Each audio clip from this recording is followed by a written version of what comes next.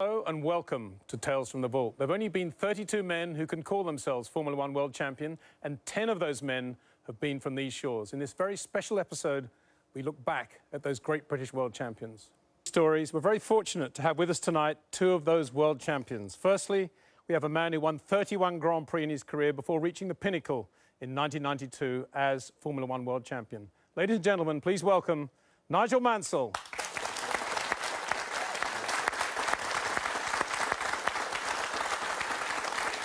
Our second guest is a man who won 22 Grand Prix before following in his father Graham's footsteps by becoming world champion. Ladies and gentlemen, the 1996 Formula One World Champion, Damon Hill.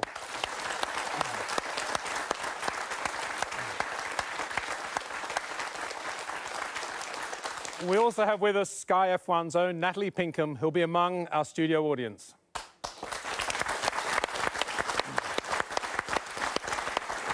Right, boys. 10 British world champions. Let's begin with 1958, our first British world champion. From Farnham, Surrey, Mike Hawthorn. What an amazing career. If you look back at it now, he lost his teammate halfway through that 58 season, Peter Collins, or the German Grand Prix. It was a cliffhanger of a world championship in a year when fastest lap also counted. So many variables that came into play. But my question to you, I think to start with you, Damon, is cliffhangers. And you know all about those going into the championship. So do you, Nigel, in 86. 94 was a cliffhanger for you. Can you identify to some extent with what Mike would have been going through in 58? Well, I think that, you know, that's what you go out there to get to in motor racing, you know, or any sport. It's, you want a cliffhanger. You want to get to the point where it's the threshold, don't you? You want to get to the point where you're going to now cross over, and you don't know beforehand because you know, if you're not you've never won a championship. You're not going to be world champion unless you cross over that line. And so the thrill of that moment is it's intense, and that's why you love it. And your dad went through that in '62 with his world championship as well, of course, in South Africa. Nigel, there was a sporting element to that 58 championship of Mike's in that Stirling Moss, in the race before that, had basically come out in Mike's support saying that he shouldn't be disqualified. It was just a small thing. And basically, as a result of that, Mike then won the World Championship. And sporting endeavour, and here we should mention Stirling, of course, as a driver that never won the championship, but is amongst the greats, I'm sure you'd agree. And how you would bring the sporting element into it. I think back then also, something that's really forgotten is man and machine. You know, you said very glibly that, no, his teammate died. And he goes through the year and then wins the championship. And you know, the safety back then wasn't anything like it is today. So, you know, to face yourself every morning and look in the mirror and say, how much am I going to put it out there today? How much do I want this championship? It was something to be, you know, really focused, wasn't it, Damon? I mean, you know, the current drivers of today are very blessed with all the safety standards. But back then, you know, I don my hat to them because they were amazing drivers and amazing machines, man and machine. But the focus they had to have to do what they did was truly magnificent. And going back to that point about Stirling, and all the points taken there, but going back to the point about Stirling actually defending Mike in the race before when he could have lost him his champion. Yeah, no, Stirling's fantastic. I mean, you know, I love Sir Stirling. He's just so wonderful. He congratulated me, ladies and gentlemen, when I think it was 17, 18 Grand Prix I won, and he said, "Great job, Nigel, great job." And I said, "Now, what do you mean?" He said, "Well, you're now the most successful driver never to have won a world championship, and he's taken it from me." And I'm going, I'm not happy with that. And I cannot say on television what he said to me when I won the world championship and I gave it him back. But no, Stirling's an incredible sportsman. I mean, what he endured in his racing career as well, and not to have won a world championship and be bridesmaid 4 times. I was bridesmaid 3 times, and that was bad enough. Just an amazing gentleman and a superhero of Formula One. Mike was flamboyant. The bow tie, the look of the gentleman, the way he lived his life, and the way he died. He clinched the championship, he won the championship, and it was just a couple of months later, early in '59, in a road accident in a Jaguar. In Guildford. Yeah. It adds to the legend, I guess, in some ways. Well, I think Nigel alluded to that. You know, they would have gone into motor racing knowing there was a good chance you could get killed doing it. And so they'd already, in their minds, chosen that kind of life as something, as a way they wanted to live. And it is tragic that, that he didn't, because he did retire to some degree because of the risk, because he'd seen his friends getting killed, and I think he decided that maybe there was something uncomfortable about that. So it's doubly tragic that he lost his life so soon after retiring. Tragic and ironic. But 62, as you say, your dad won the championship. It was that cliffhanger at East London in South Africa, but it was in a British car in the BRM, the smokestack BRM, lovely little car, which I think you've driven, Damon. I have, yes. Yeah, I've had a chance to drive one or two of my dad's cars. They're sort of like a slightly more powerful Formula Ford car. There's no downforce, it's skinny little tyres. They're really sweet to drive. But it's all very well saying that, but they didn't have crash protection either. So they would drive those in the wet round Spa and Nürburgring. Must have been terrifying, because they're made out of little bits of tube that big. Nigel, Graham was a driver larger than life in so many ways. A bit like you, he raced well beyond Formula One very successfully. But he was always there, he was always part of the centre of the scene. And the moustache as well, dare I say it. I mean, just truly fantastic. And I've got to say, and it's given me an opportunity today, Damon's one of my heroes. To have a dad like he had and to actually achieve what he's done in his life with all the challenges has just been sensational. And ladies and gentlemen, I'm very proud of Damon, and I mean, to be a current champion and Nigel, thank you. Well, Damon was right at the beginning of his Formula One career when you were at Williams, of course. He's a bit like my son. We brought him along. He did lots of stuff together. But no, I mean, truly fantastic memories, and obviously Graham was larger than life, and it was nice to have a moustache similar to his a little bit. Were you actually inspired by the moustache, do you think? Do you think actually I was there was some power behind it? I was trying to hide behind it. No, what I had was something really special, was people power. Everybody in this room, when I used to come to the British Grand Prix, then I had a half a second to a second in my pocket, and that was tremendous. But I think Graham did too, because he was brilliant in the British Grand Prix in 1960, let alone later on in his career. Yeah. And then there were all those Monacos, and we shouldn't forget, 50 years ago, just about, your dad won one of the great Grand Prix, the 65 Monaco Grand Prix. Right. Had to get out of his car after 20 laps and pushed him back into the race and won the Monaco Grand Prix. Can you imagine that happening today? Yeah. It's unbelievable. I mean, they didn't have any seatbelts either, so they could get in and out easily. And this is a difficult question to ask, because I know what your answer should be, but in your own mind, can you quantify how good your dad was and where you put him, where you pigeonhole him in terms of... Well, I think the appreciation of my dad is that he was a grafter, and there's no doubt about that. He really did work hard at everything. He gave a lot. But I think he must have had some innate talent, which maybe... you can't win Monaco 5 times without being pretty good. So he certainly had talent. He just didn't have quite that natural, easy talent that, say, Jim Clark had. And so in everyone's career, they're up against those that appear to make it appears easy. 68, his second World Championship, was won to the background of Jim Clark losing his life in April and Graham having to carry the Lotus team through that year and winning the championship in the final round in Mexico. And that's something, again, which I think you can both identify with if we look at the loss of Senna in 94 and Nigel stepping in and you losing a teammate. And to some extent, what your dad went through in 68, you would have felt, I would guess. Yeah, there's a very spooky parallel there, isn't there, to my own year in 94.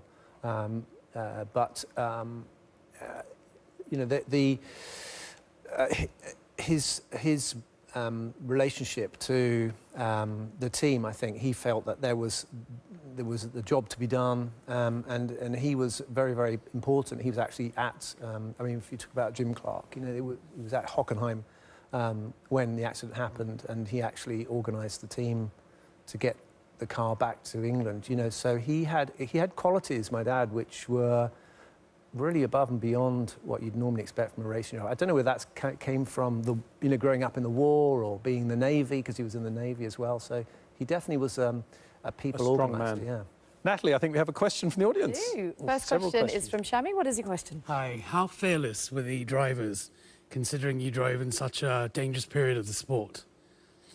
Well, we just talked about the early days.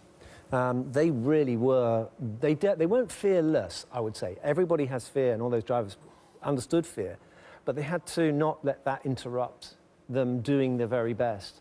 I think compared to today, when safety, sadly and ironically, because of the loss of Ayrton and Ron Ratzenberger, safety is much better now.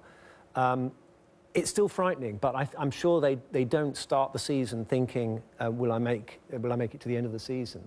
Another driver who was a part of that was Jim Clark, 63, 65 world champion from Scotland. Damon, I don't know how much you remember. You met Jimmy a couple of times, but you were I was very young. lad. I was very young. I mean, so he died in '67, and I would have been 68, yeah. 68, so I was 7 years old.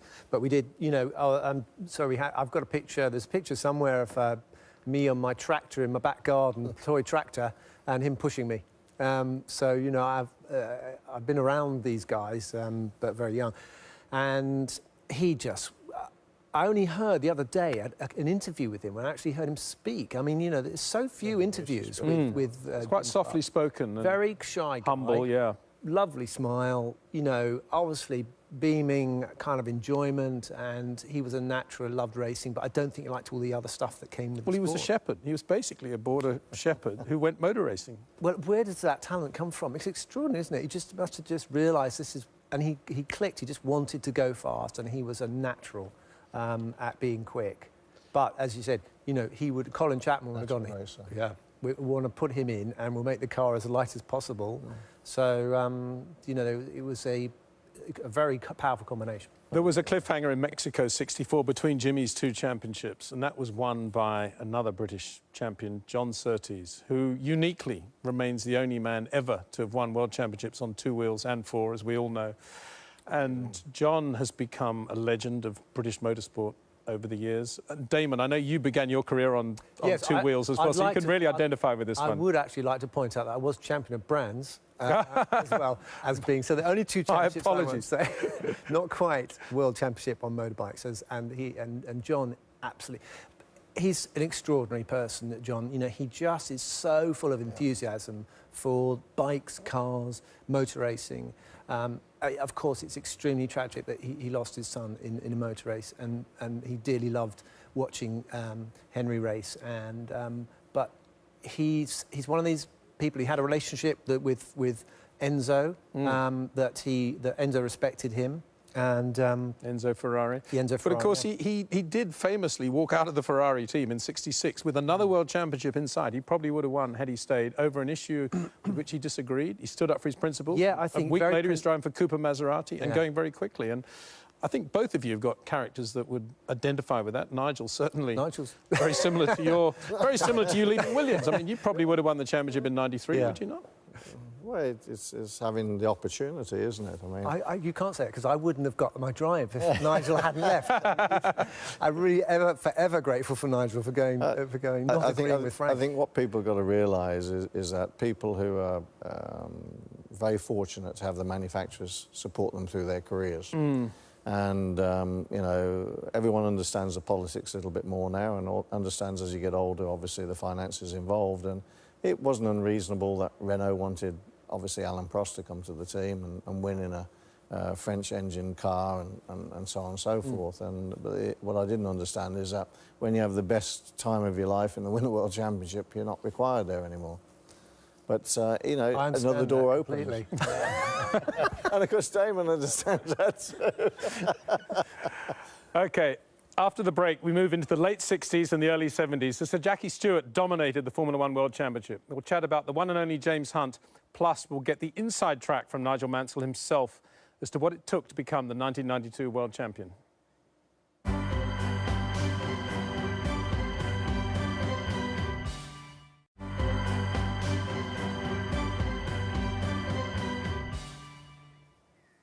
Welcome back to Tales from the Vault as we look back at British Formula One World Champions, and indeed at them as well, because I'm with Nigel Mansell and Damon Hill. And next on our list to discuss is Sir Jackie Stewart, 3 times world champion. Damon, if I can start with you, because, again, your dad had an amazing rapport with Sir Jackie. It's as if they chimed off one another, both on the racetrack to some extent, but certainly in situations like this. Yeah, I think in those days there was, Nigel was talking about the respect the drivers had. So they could look at each other in the eye, and they know that they're both choosing to do something extremely dangerous. And so any opportunity to have a bit of a laugh about it, I suppose, was very welcome. And there was a bit of a father-son relationship there, because Jackie joined BRM when your dad had already won his first championship. He was winning Grand Prix, and Jackie was the new guy on the block. A little bit like Damon Hill with Nigel Mansell, actually, at Williams. Some similarity there. I think I think I didn't go on to win 3 world championships like Sir Jackie did.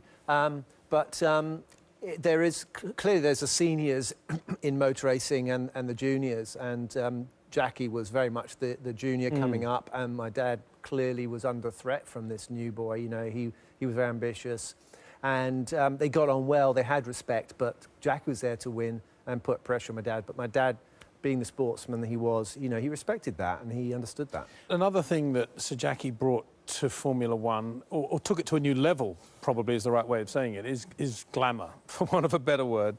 And he was sunglasses and long hair and the cap and the Roman Polanski, and that was something that again, perhaps he was a trendsetter in the same way that he was paving the way with safety. But your dad was very much a part of that as well. He was right along. But I think my dad, just being a little bit older, was from the previous generation, you know, where people wore sharp suits and real creamed hair and their moustaches and stuff. And I think Jackie...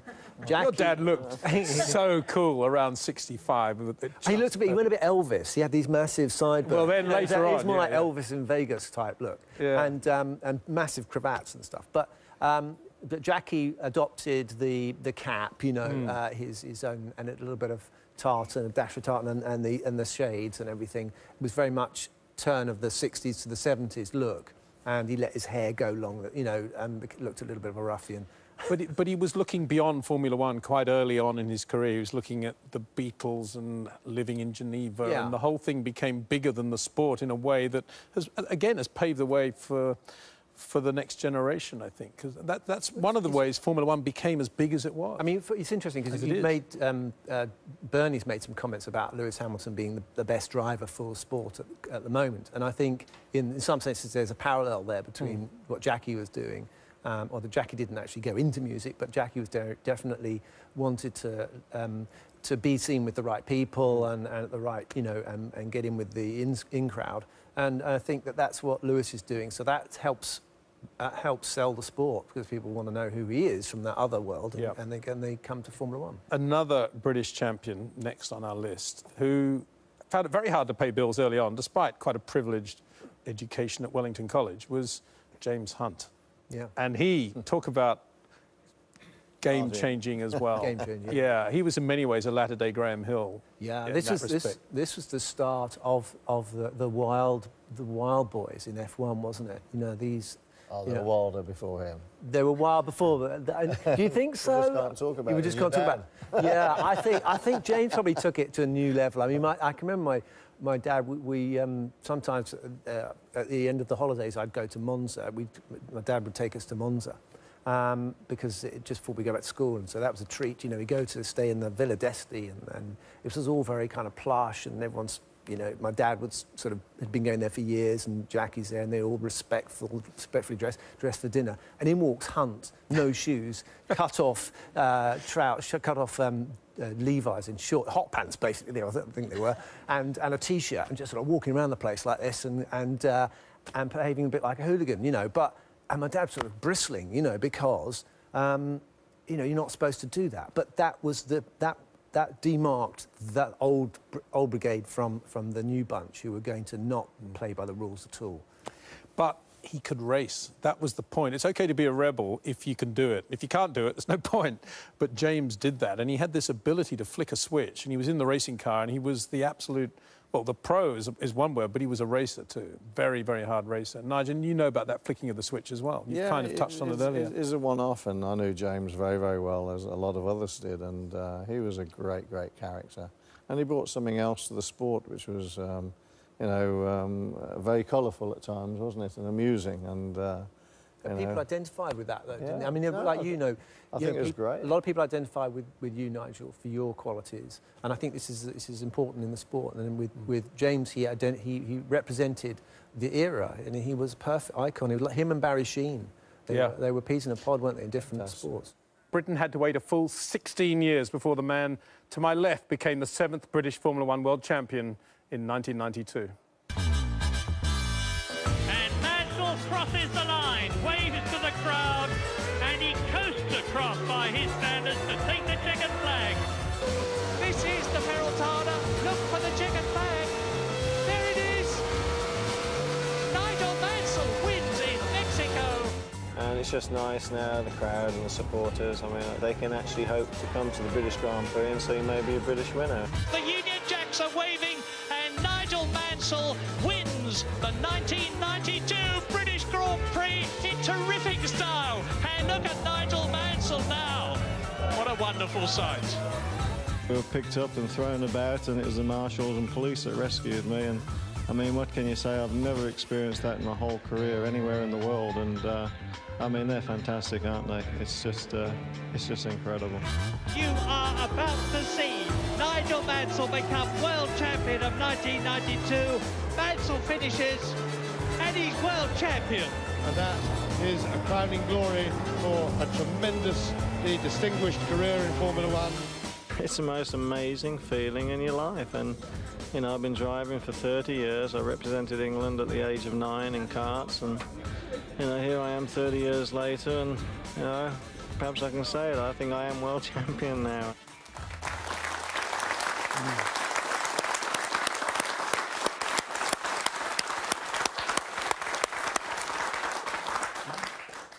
Nigel, the voice there of James Hunt, interestingly enough, as you won the World Championship. But first of all, I just want to know what your emotions are when you look at that, when you look back at that. Flashbacks to the tyre exploding. Really? In Australia, going, twiddling my thumbs, thinking, you know, I was just driving at about 6/10 and another 16, 17 laps to be world champion, and then destiny again changes your life completely. Flashbacks to everyone saying I should retire now, I'll never get another opportunity to win a world championship. Obviously the accident in '87 in Japan when I broke my back, and going for the championship with Nelson again, and then obviously the incredible World Championship Challenge in '91 with Ayrton. And, you know, Ayrton coming up to me early on in the season, he says, you might be pushing me, he said, but don't worry about it. He said, I'm getting a new engine with 70 more horsepower. He said, it's coming in 6 weeks. And I said, you got no chance, wind up. It arrived in 6 weeks and he had 74. So bridesmaids again, and I mean, obviously to ultimately do it in '92, just incredible relief, really.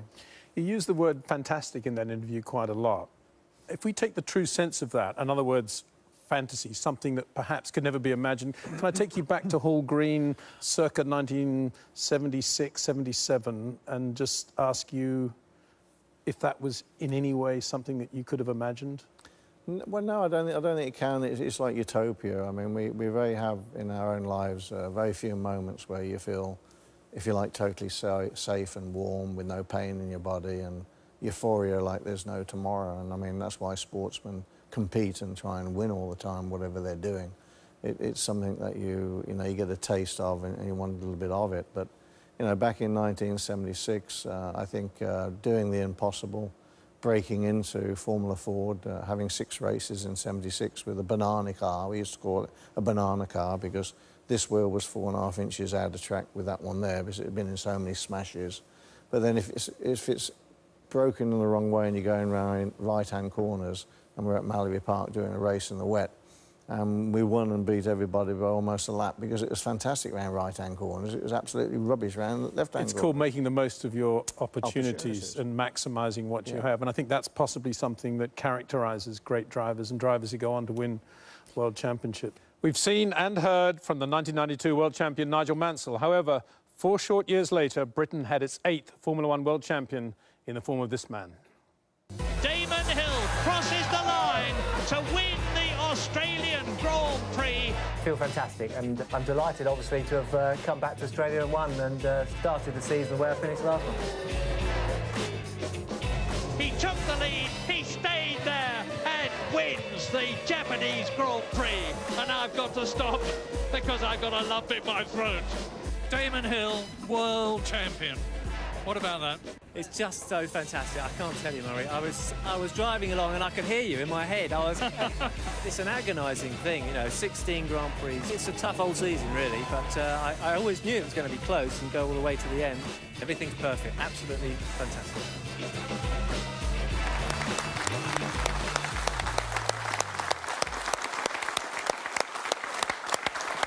Brilliant moments, Damon. And it's amazing how it's those little things that actually become enormous, isn't it? Like you saying you could hear Murray in lump your head. in my throat. That was Murray's, Murray's comment. People always talk about that. And what people don't I mean, a lot of people sort of come up and say, and with you, Nigel, say, oh, we love that thing with you and Murray. But of course, what people don't realise is we can't hear Murray when we're going round. So that's sort of why I said I could hear you in my head. Yeah. Because he did add a lot of memories, I think, as well. But you're a very expressive person, and you've had lots of experience now on Sky.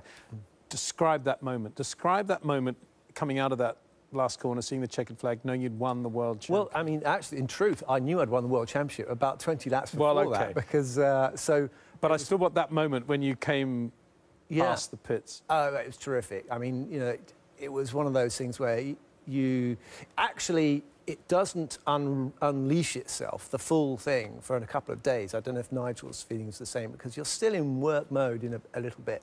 So it's obviously a massive relief and a massive celebration. You have a great time. But then actually to come to the full realisation takes a couple of days where you wake up one day and you go, wait a minute, I don't have to do something.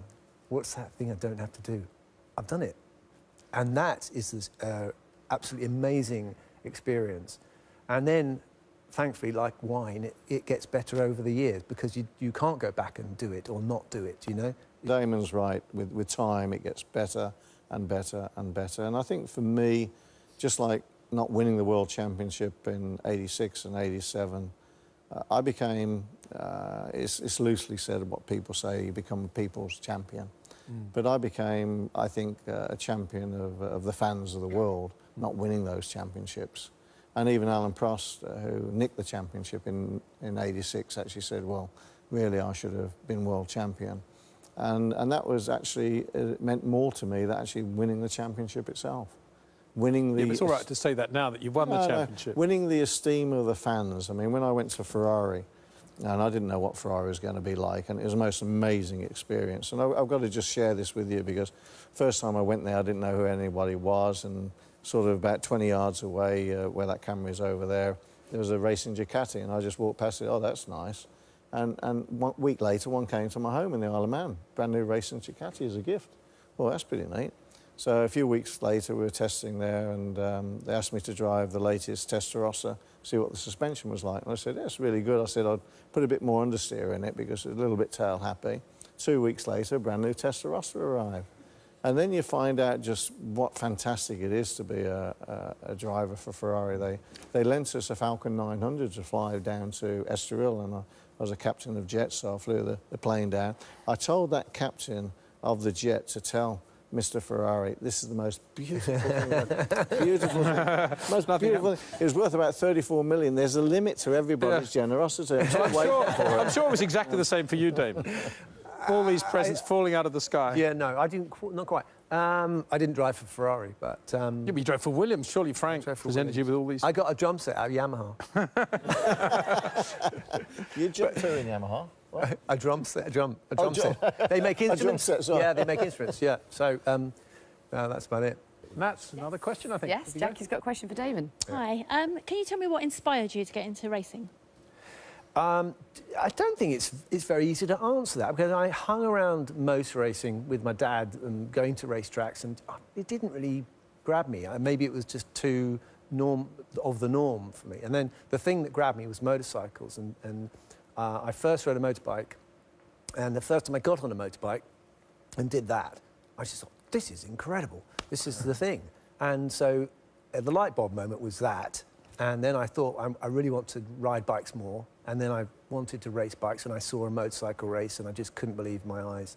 And then Barry Sheene and all that stuff happened. And so that was my direction, and I actually pursued that until eventually I thought, when you look long term, you think, well, if you don't want to get a proper job, you've got to think a bit more long term. You know, what's the long term future of motorcycle racing? And someone offered me a go in a car, and I wasn't that keen, but I thought, when I looked at it, I just thought, well, you could maybe keep going doing this until you're 50. So it might be a career path. So it was a bit of a strange jump of track from bikes to cars, and then the competitive thing kicks in. It doesn't matter what it is. It could be a wheelbarrow. You know, after a bit, you just want to win. You know, that thing is the same across the board, whatever it is. 2009 was a dramatic season in many respects, as the championship was won by a man who didn't think he'd even have a drive that season. Jenson Button's a winner again. Brawn GP are winners on their first race appearance. It's 3 wins out of 4 for Jenson Button and Brawn. And Brawn have a real stranglehold on this championship now. We're in the 6th race, and it's his 5th victory, and that is champion's form in anybody's book. And now here comes Jenson Button, the 2009 World Champion. Look at the joy.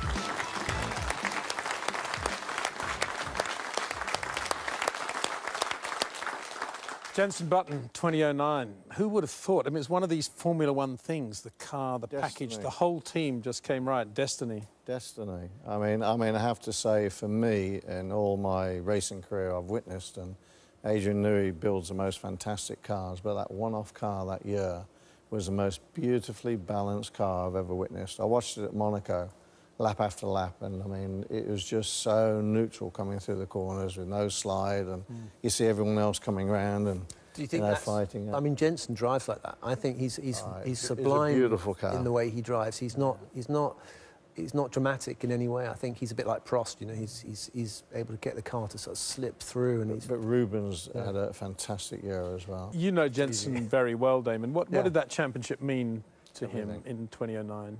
Well, to Jenson? Yes. Well, I think that it goes back to, you know, Jenson obviously, he's been karting from a very early age. He's been through the whole procedure. So, you know, to keep the faith alive, to keep that hope alive. And I think Jenson's always believed he's a world champion. I think he's always believed you know, he can do it. And he paid his dues. He came in very early. He was a bit like Kimi Räikkönen with Formula 3, Formula 1. Suddenly, it wasn't quite as easy, so there were some complicated aspects to Formula 1 that made it difficult, and he stuck with it, and he held his faith to stay with the team through the winter, and he made it stick, and that's the difference. That's why he's world champion. With Jenson, though, for me, I think he's a brilliant world champion, and also one of the most underrated world champions. I think he'd win the world championship here today if he was, for instance, in a Mercedes. Well, right now, alongside Alonso, he's looking pretty good in a difficult car, which is always a good judge of a driver, how he's driving in a bad car. He's always held his own against some pretty good competition, you know, Lewis as well. Well, that brings us nicely to Britain's most recent and reigning world champion, Lewis Hamilton, a man who won his first title in 2008 in the most dramatic of circumstances. This is amazing, the final stages of this World Championship. Oh my goodness me, Vettel's taken a place, and that could cost Hamilton the World Championship. Massa has done everything he needed to do. Is that clock going slowly? It is, it's clock. Oh my goodness me, Hamilton's back in position again. I'm sure that he is going to claim 5th place, which is all he needs to do to become the 2008 Formula 1 World Champion. You will never see a more dramatic conclusion to any motor race, let alone a Grand Prix, than that. Lewis Hamilton is the world champion.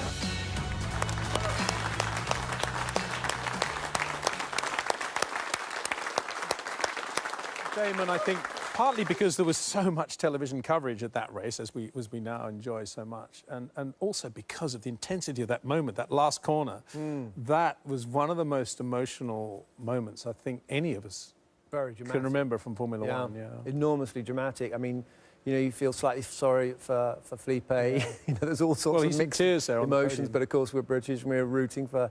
And then it happens on the last lap. I mean, you know, Timo Glock, I wonder if he gets a Christmas card from Lewis every year. But, I mean, it was always going to happen. Lewis was always going to become world champion. But it seemed like a lot along the way, he had a lot of things trip him up unnecessarily.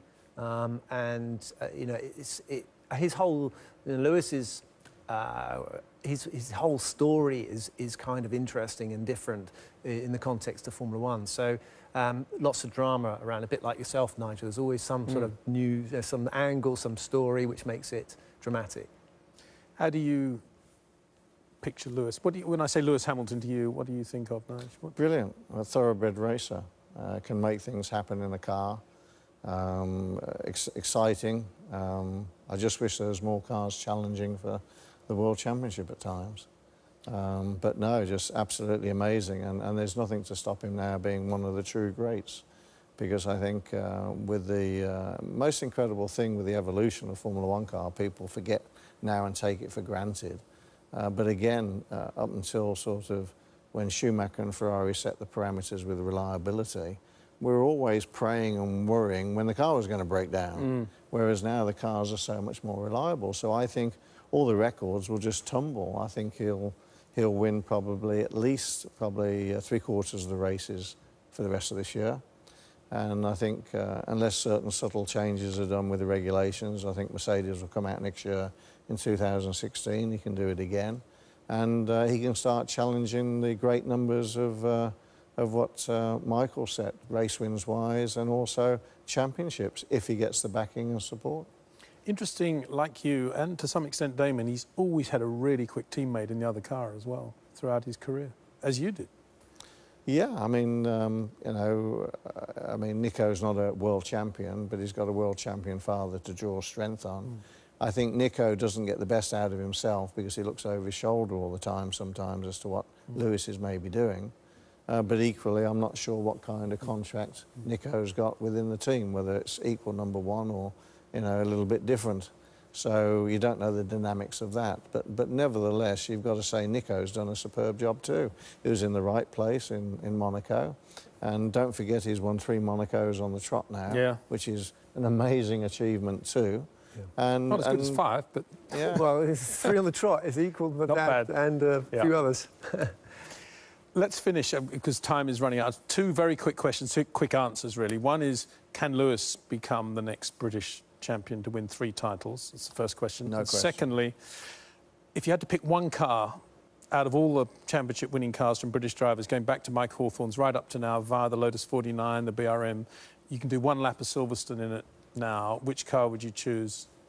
Oh, crikey. Damon. Well, I'll give you... I got it. OK. Yeah. FW11 with a turbo engine, qualifying, 1,350 horsepower, wheel spinning in 6th gear with no traction control. And let me guess... With big tyres. And let me guess, the old club corner and the old woodcut and everything else. And qualifying tyres. Yeah. Oh, my God. Was that with a Honda engine? That was a Honda. And I'll tell you what, you hung on. All right, Damon. Well, I'll have a go after him.